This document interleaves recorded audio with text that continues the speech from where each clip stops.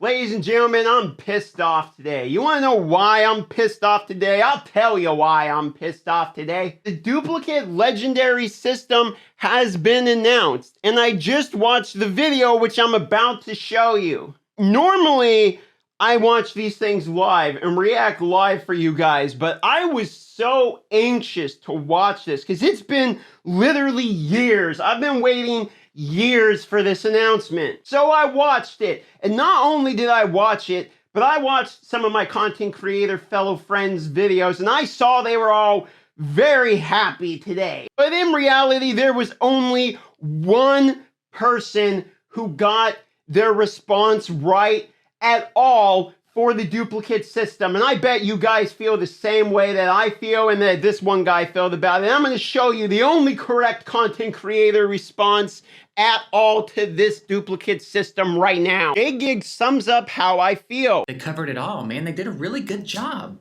Damn it. I felt that, damn it, very hard. You know what I realized? I've been making a career at making fun of Plarium, but now they're coming for my career. They're trying to make their game good. What am I going to do if I don't have something to complain about?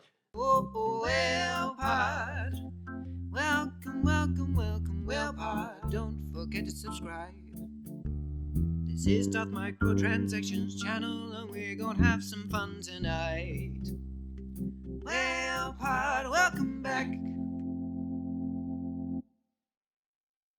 Okay, so what is the actual duplicate legendary system? Well, I'm going to play here in the background a little bit and explain it kind of why it's going. Here is Cirilla wearing some pretty dope earrings to tell us about the duplicate system. Basically what they break down in this introduction here. I've already seen this because I wanted to know. I was way too anxious to know what the system was. So as soon as I woke up, I watched it. But basically, here's what they're saying. Okay, they broke it down and realized, which I have to say was an awesome thing. They realized here that the duplicate legendary system was going to be difficult to implement where it had equal value for different players, meaning the newer players in the game, like my free-to-play series versus my well account, are going to be impacted differently by this system.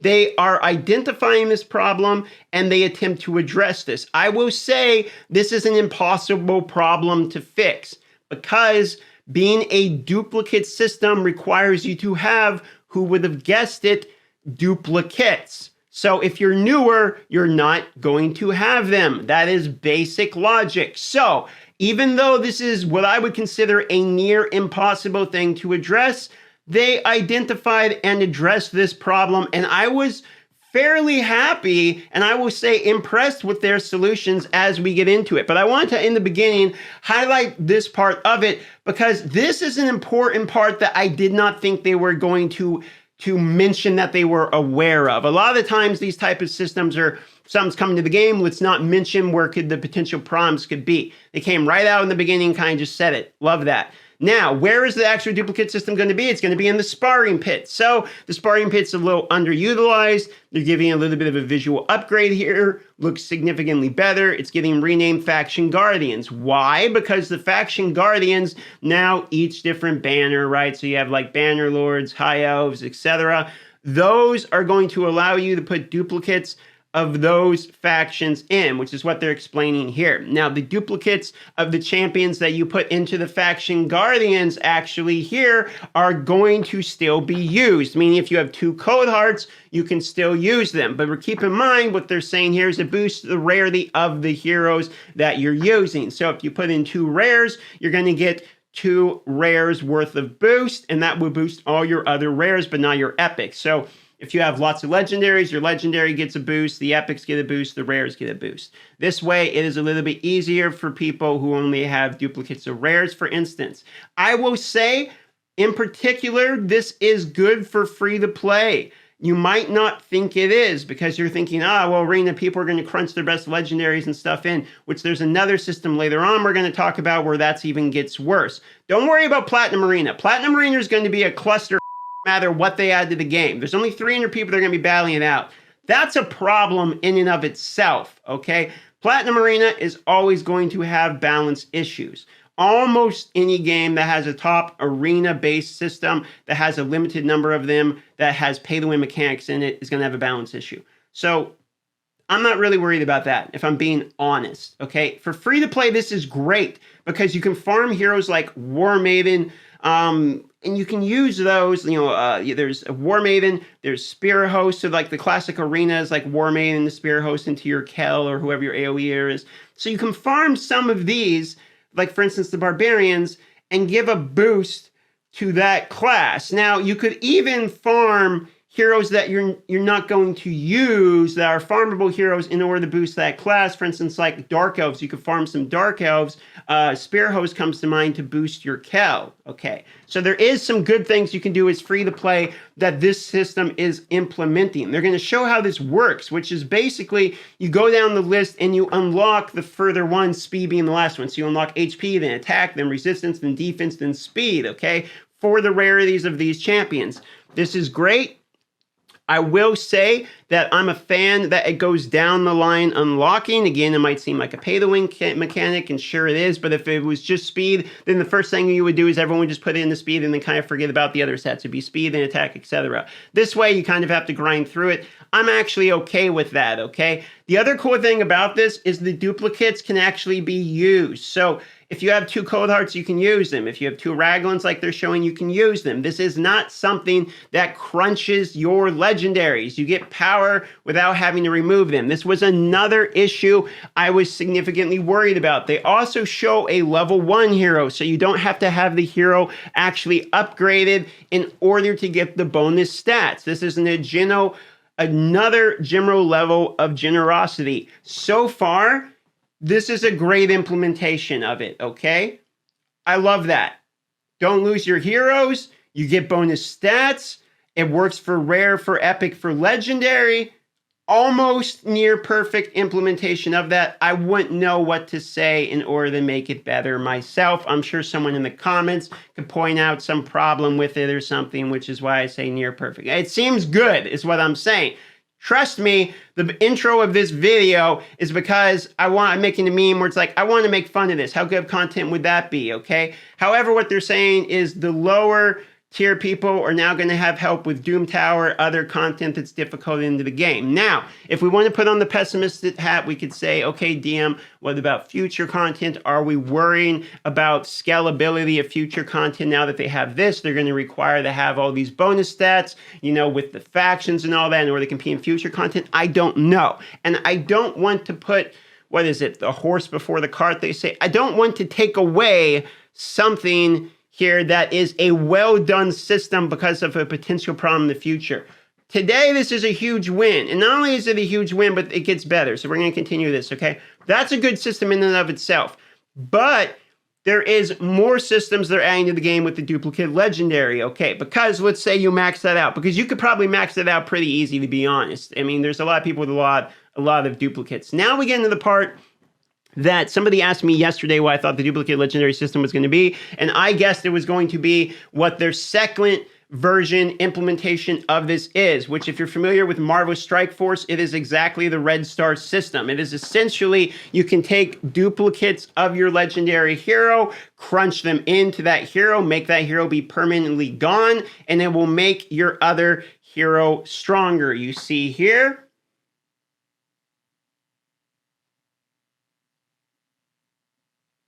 4 times, meaning you can have a +4, meaning 5 heroes, meaning my 5 Nethros I have are now going to be the strongest Nethro you'll ever see in the world. I'm going to have the next video is going to be about that Nethro whenever they implement that, okay? Keep in mind, this does make you lose your heroes. Now, biggest complaint I've seen about this is, okay, well, this is going to change Platinum Arena.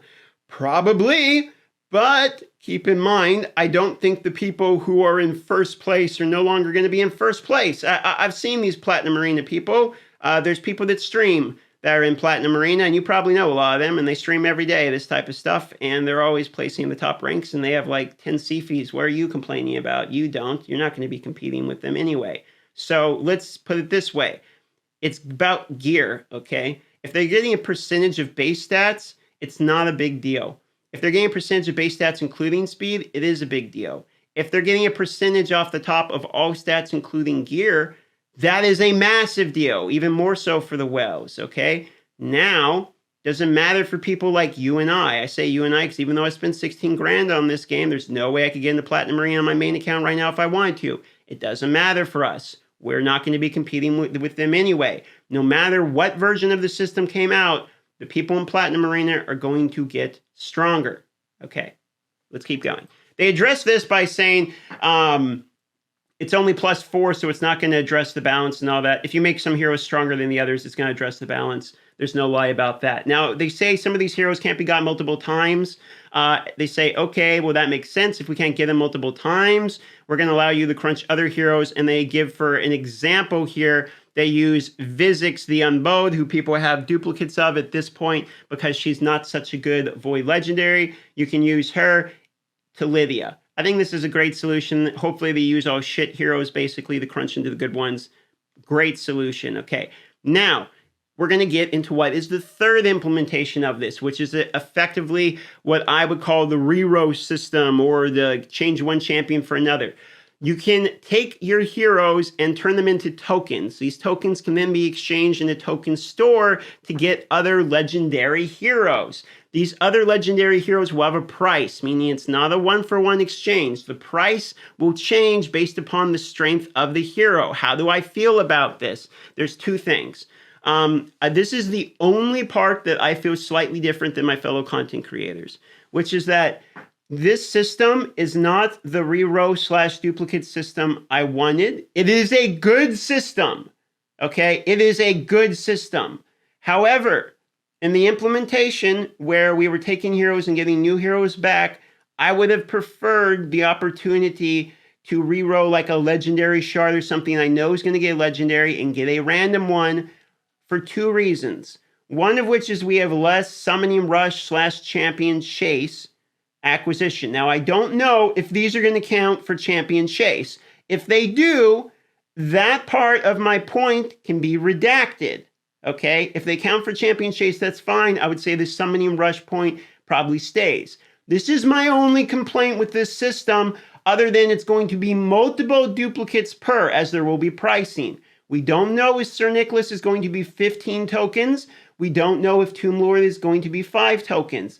I don't know. I wouldn't be willing to pay 4 duplicates for a Molly personally. I wouldn't be willing to pay 3 for a Foley, and I wouldn't be willing to pay 10 for Sir Nick. That's just how I see this. However, I think my opinion will wildly vary depending upon the pricing of this, as well as the selection of the heroes. That being said, the other two variant forms of the duplicate legendary system are very well implemented, so you are not required to even use your duplicates for this part at all. So let's keep in mind, this is something I want to say right now in this video. I love their duplicate legendary system. I am impressed with their duplicate legendary system. It is more than I ever thought they would do. 100%, I was not expecting that. I would have lost a bet. Totally. Okay, completely. So if you're wondering right now, as you hear me say some minor point outs, that's what I'm going to do. I'm going to point out the minor things I see and the potential problems. However, overarching, just so I don't get any comments, DM you bitch about everything. This is a good system. I love it. Thank you, Plarium. There you go. Let's continue, okay?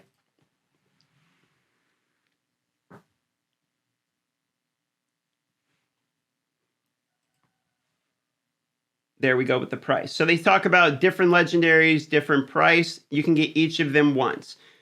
Now, this does raise one other point where it's kind of double dip, where you could purchase a duplicate of a hero you already own. Let's say you already own a Molly and you buy a Molly. Now you have a duplicate that you could put in a faction that you didn't have a duplicate of to be able to put into their previous system. Or maybe you could buy a duplicate of a hero that you want to crunch up. Like I have a Sir Nick, I could add that Sir Nick into my other Sir Nick and make a double Sir Nick, okay? The other thing is, they say they are actually adding, by the way, at the end of this, if you want to know the end of this video, they just basically say we're going to be adding it.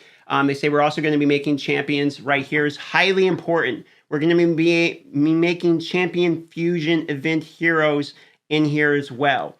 So if you missed event champion fusions, they're coming back in the champion token trader. This is another very important part. This kind of answers the other question, which is, what about universal fragments? We've been wanting universal fragments so that we can use those to finish stuff. They're not going to give us universal fragments. To be honest, there's probably some problems with that with the new fusions. Probably you could probably plan to not use universal fragments. It would take away from their monetization. That's probably a fair denial of our request, to be honest. I'm okay with not having universal fragments, and I love the fact that they address the fusion.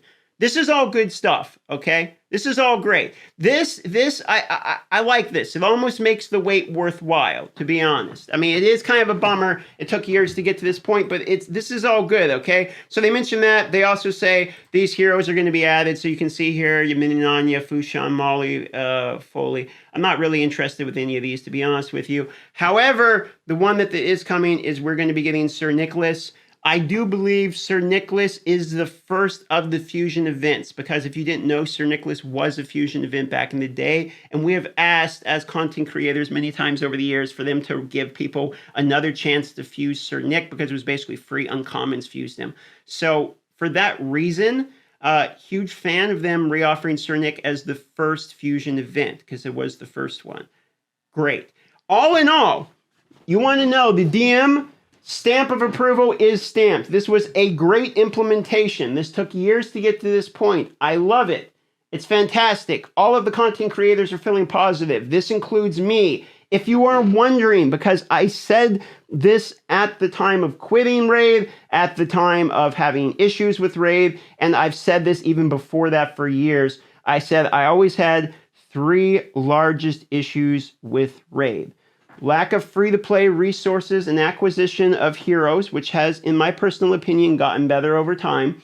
The lack of continued daily login rewards, as well as storage, which has since been fixed, and the duplicate legendary system. Now, there's been other issues that have come and gone, and we've mentioned our problems with tournaments and events and all that stuff. However, the 3 ones I mentioned are the ones that have been repetitively, over and over again, stated on this channel for years straight. I've beaten that horse dead many times to the point of people are sick of hearing about it. All 3 of these issues, in my personal opinion, are either resolved or almost resolved. I today am changing my review on the App Store from a 1-star to a 2-star, because there's still lots of gambling problems related to the game. The pricing's atrocious, and it's still a gacha game. But as of today, they gained another star for me, I'm going to be honest. Nicely done, Plarium. I got to say, I love your duplicate legendary system, and I don't know what happened with my camera at the end.